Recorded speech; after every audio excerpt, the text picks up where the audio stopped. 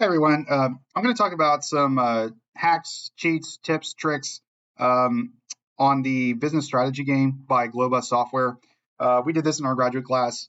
We had kind of a slow start. We kind of struggled with it early on, and then we basically really felt like we got it by the end. We were doing pretty good. So I'm going to kind of go through four steps you can use. One sort of hack that I'll come back to kind of at the end, and I'm going to talk about some bugs in the software. Main reason I'm doing this video is because like BSG tech support really just pissed me off. They had like a pretty big bug in this, and just very arrogant, dismissive attitude. So first thing I'm going to point out is you see how we got this email that says we want a global top 50 performance for return on equity, in whatever week.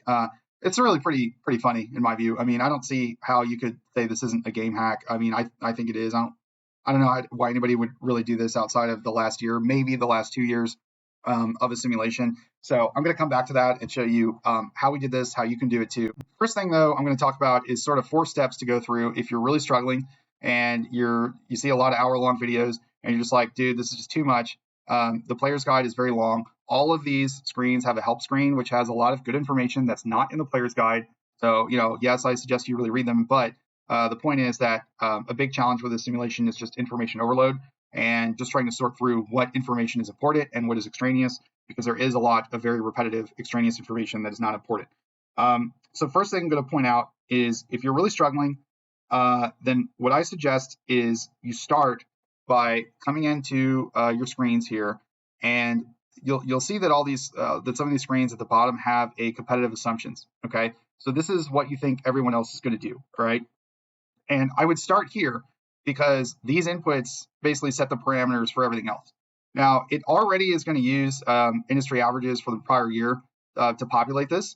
So it may be that you don't think it's really going to change that much from what's shown. But if for some reason you have reason to believe that everyone else is going to raise prices, then before you do anything else, I would come here and raise prices to whatever you think it's reasonably going to be. Don't pay attention to the projection chart. It doesn't matter. You're setting your assumptions. If you think that everyone else is going to try to raise quality, then come in here and raise quality. So that's the first thing. Just go through the screens, set the competitive assumptions first. That's step one. Okay. Step two, there's a lot of videos out there that say this. If you have time, you can go review them. But the main thing I would do is like zero out all your variables. Okay. So come through all the screens and just zero everything out. Okay. So set everything to zero, set everything to a neutral amount. And then what you do is instead of trying to look at all these numbers, just look at net profit. Okay, don't look at anything else. And the reason is that everything else is going to come in line. So your image rating, your return on equity, your earnings per share, if you get your net profit up, then all those numbers are going to follow sooner or later. Okay, so if you set everything to zero, then what you can do is you can come in here and just go up by 1 mark, whatever it is. Like if I come and I set this to zero, I'll just go to 2 and I'll say, okay, is that more profit or less profit? And then keep going. Like you'll run into diminishing returns, but keep going until you find out what is projected to be most profitable. Okay, number of models is a pretty key metric. That's one that's more sort of strategic. You got to figure out, but setting your number of models, more or less, you'll see what that does to the projection chart. And then the other thing is, look at your SQ rating. So obviously, your quality needs to be competitive based on price and based on what everybody else is doing. So what you could do is you could say, okay, let's say I want to get my quality up to a 7.0 instead of 6.9. Well, come up here, raise your superior materials by 2, and look at your net profit and see how much you decreased in your net profit. Okay, then put it back and then do your styling and features. Raise that by the next one and see what that does to your net profit. And what you could do is you can pretty quickly realize what the cheapest way is to get whatever number it is that you're looking for.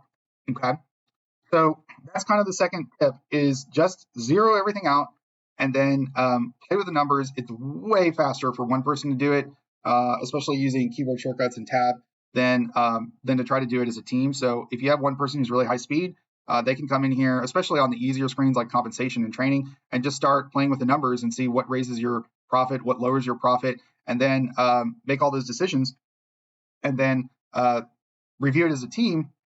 And you can discuss the decisions that are maybe take a little more brain power or involve really some discussion, right?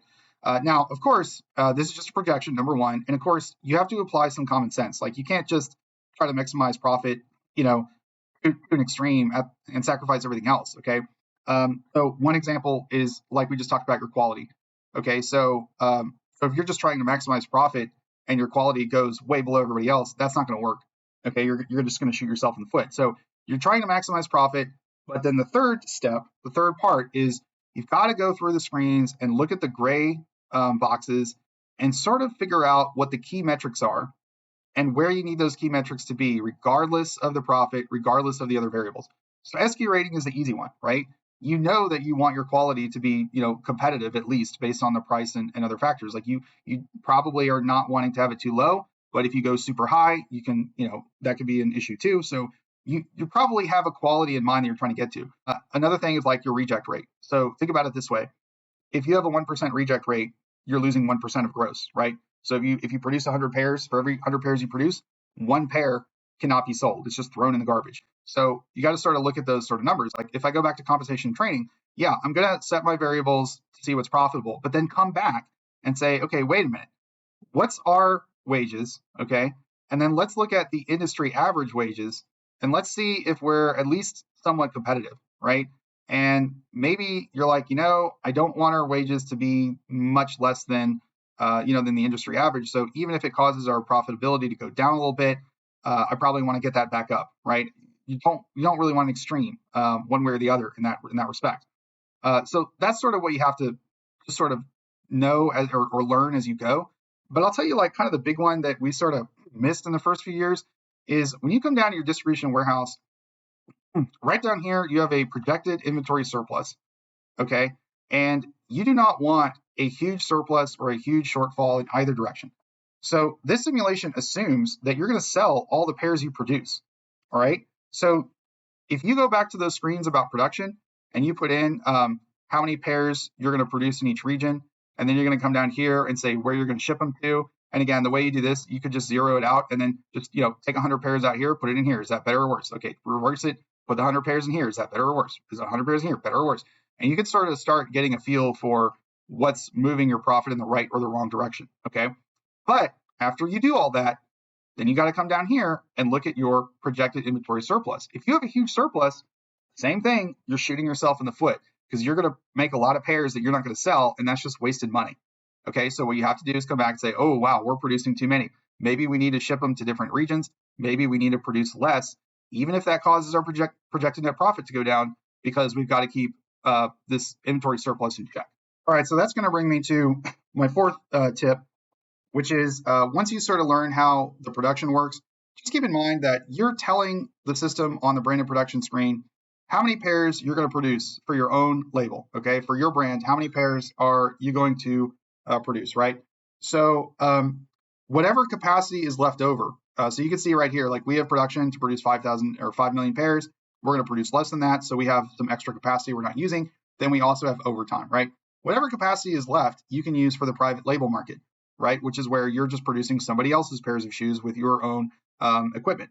Now, we sort of overlooked this early in the simulation and then kind of learned the hard way and really came back at just how important it can be. So what I mean by that, if you come to the private label screen, basically you can make an offer to fill these contracts. So if you come down here to the bottom, it's like, okay, these are how many pairs the private label market is asking for in this region. How many do you want to offer to produce, right? So whatever capacity you have left over, that's what you can use for your private label. And you can also use your capacity in one region to ship private label orders to different regions, just like you can on the distribution screen. A couple of key things that that you really need to understand here is that whatever you do not raise your quality beyond the minimum. You only need the minimum quality. It's in the help file. Go read the help file. And again, you could play with these two numbers. That's why you can see like this is 60%, this is 0, but come over here, it's 8 and 50. Why? Because we played with the numbers and realized that was the most profitable way to get us to the global minimum quality, okay? So that's all you have to do. Then whatever your excess capacity is, you just put it in here. Like you want to say 100%, whatever your excess capacity is, use it all to fill private label if you can. And then what's going to happen is the contracts are awarded to the lowest bidder. So as long as you meet the global minimum, it's just straight the lowest bidder. Okay, so you come down here and you're saying we're going to offer it at this price. If you're the lowest price, it's going to give it to you. It's that simple. Okay. Now there's a market share limitation rule. I'm not going to get into. You can read in the help file, but basically what it says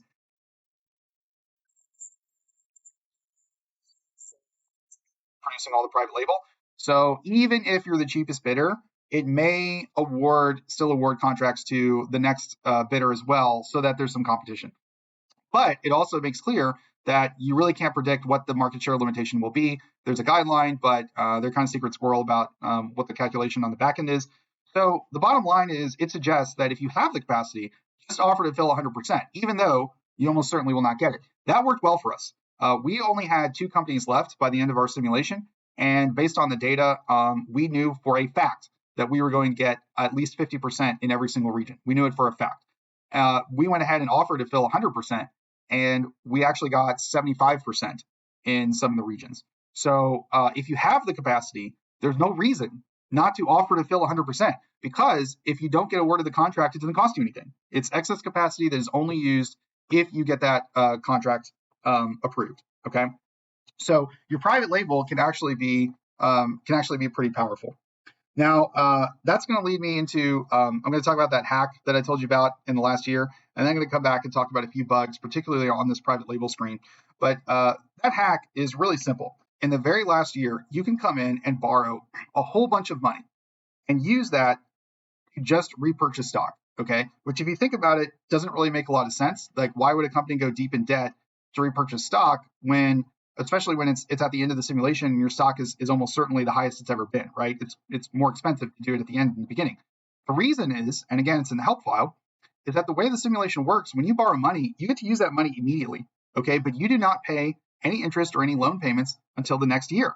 So you get to use that money for free because the simulation's over, right? So in your final year, what we did is we came in, we borrowed $500 million. We purchased like 2.1 million shares of stock.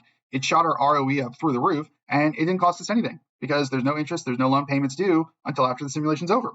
Now, you might be able to employ this a couple years in a row. For example, again, this simulation's over, but let's just say year 19 was continuing on. So I could come in here and do another 150 million, and then let's do 250 million, and then I can try to purchase another 1.6 million shares of stock. And what you see is that just shot our ROE up to 150%. Okay, so we're now projecting 150% ROE by doing that. Now, obviously, in the next year, you can see we would have like these huge loan payments. But if you're in the final year, especially if you were kicking ass and you already had a lot of cash and you didn't really have anything to spend it on, like you're not going to build more facilities or anything like that, then you can just spend it on that. Okay, but bottom line is that everybody can pretty much employ that tactic in the final year to just boost their ROE artificially without any repercussions. Now, you might have noticed when I did this that I dropped from a credit rating of A to A-.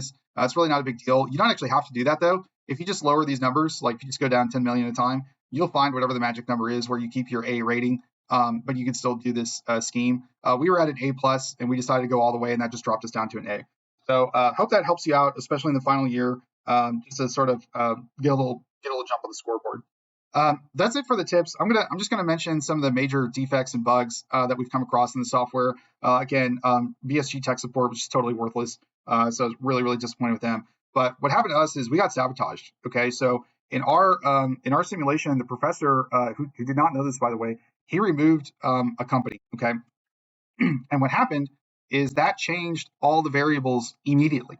Okay, so not at the end of the year, right in the middle of the week. Well, there's no warning, there's no notification. He didn't realize that, so he didn't tell anybody.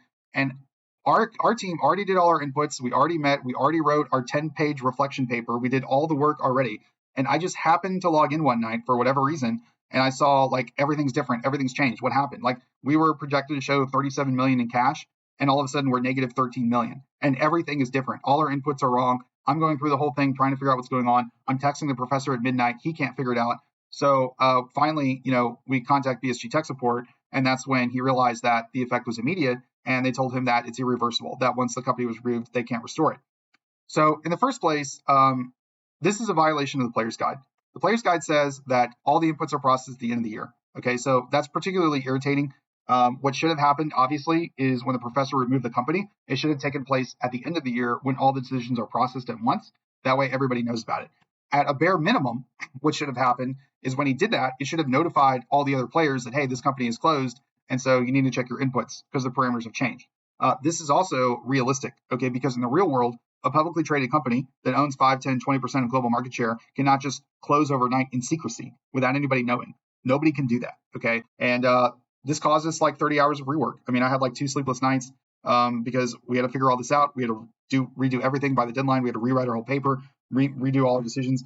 So that was particularly frustrating. And of course, I also pointed out to them the absurdity of their position because the professor could do that in the last 5 minutes of the year, right? I mean, you just have to be continuously checking to make sure that no copy has been removed.